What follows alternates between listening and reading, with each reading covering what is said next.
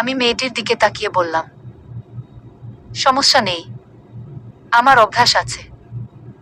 আগেও আপনি বিয়ে করেছিলেন নাকি যে এরকম অভ্যাস আছে? আরে না, আমি কলেজে পড়ার সময় কয়েকজন বন্ধুদের সাথে মেসে থাকতাম, তখন এভাবেই থাকতে হতো। মেয়েটি আমার কথা শুনে মুচকি মুচকি হাসছে, তার মুখের মাঝে দুষ্টুমি ভরা হাসি। মেয়েটির হাসির মাঝে একটা ব্যাপকতা আছে, যে কারো মন জয় করে নিতে এই হাসিটাই যথেষ্ট। আপনি বসুন, আমি ফ্রেশ হয়ে আসছি। আমি সাজানো বিছানায় বসে থাকলাম। ঈশিতা চেঞ্জ করার জন্য ওয়াশরুমে গেল। প্রথমে মেয়েটিকে যতটা বোকা মনে করেছিলাম, এখন ততটা চঞ্চল মনে হচ্ছে। তবে কথা বলার ধরন সহজ সরল। আপনি চেঞ্জ করবেন না? ঈশিতা ওয়াশরুম থেকে বের হতেই আমি তার দিকে তাকিয়ে আছি। এখন মুখে কোনো মেকআপ নেই, মুখটা অপরূপ সুন্দর লাগছে। মেকআপ ছাড়াই মেয়েদের অসম্ভব সুন্দর লাগে, কিন্তু এখনকার মেয়েরা তা বুঝে না। আটা, ময়দা, সুজি, নাম না জানা আরো কত যে আইটেম আছে আল্লাহই জানে। আমার ঈশিতার দিকে শুধু তাকিয়ে থাকতে ইচ্ছা করছে। আমি তার দিকে তাকিয়ে বললাম, হ্যাঁ যাচ্ছি। শুনুন, রাতে আমি একা একা ঘুমাতে পারি না, পাশের জনকে জড়িয়ে ধরে ঘুমাই। ঈশিতার মুখের দিকে তাকিয়ে হেসে ফেললাম।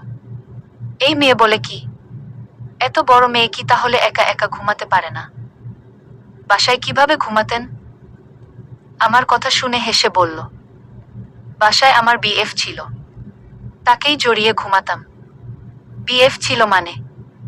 শুনেই চমকে গেলাম।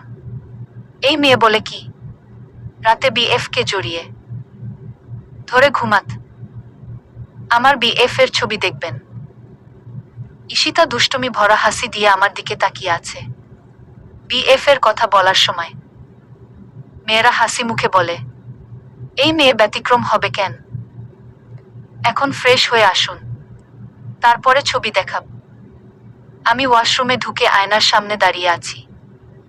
ঈশিতার বিএফ চেয়ে আমি কি খুব সুন্দর? সুন্দর বলেই কি বিএফ ছেড়ে আমাকে বিয়ে করলো, নাকি আমি প্রতিষ্ঠিত বলে? ভাবতে ভাবতে ফ্রেশ হয়ে নিলাম। ওয়াশরুম থেকে বের হয়ে দেখলাম ঈশিতা মুচকি হাসছে।